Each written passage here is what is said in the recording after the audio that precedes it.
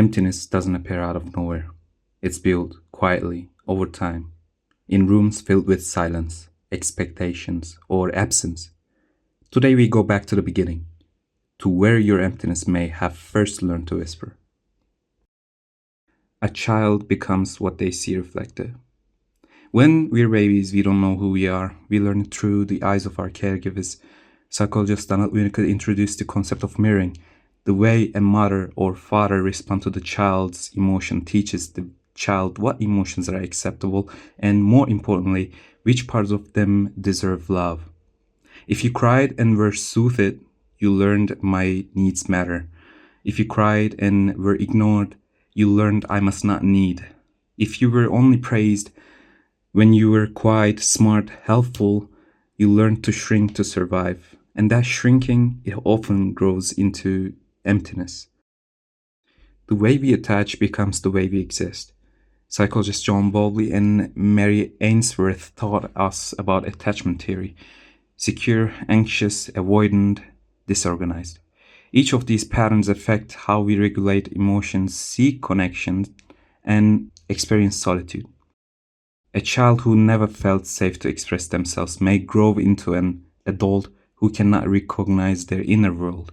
The lack of connection to self, that's not a mystery, it's a relational one. Emptiness is often not a feeling, it's the absence of emotional safety. In some families, children become caregivers. They learn to read moods, to calm chaos, to make themselves small. They become what therapist Susan Forward called the parentophile child. When the role is to fix everyone else, you forget how to feel your own needs.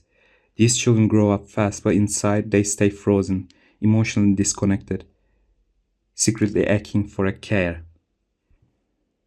Being the perfect child often means burying your true self. You are praised for being quiet, obedient, smart, not emotional, not messy, not real. The good child becomes the empty adult because they never got to just be.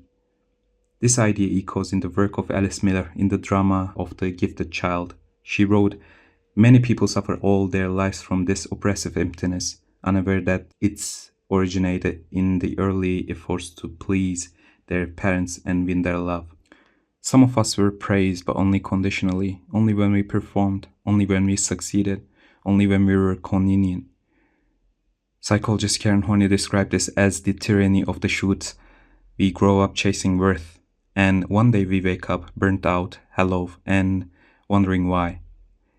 The emptiness isn't because you failed, it's because you were never allowed to be enough as you were. Emptiness often belongs to the younger you, the version of you that never got to speak, to cry, to be soothed. This episode ends with a simple invitation.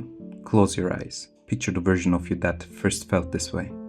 What did they need? What would it look like to give it to them now?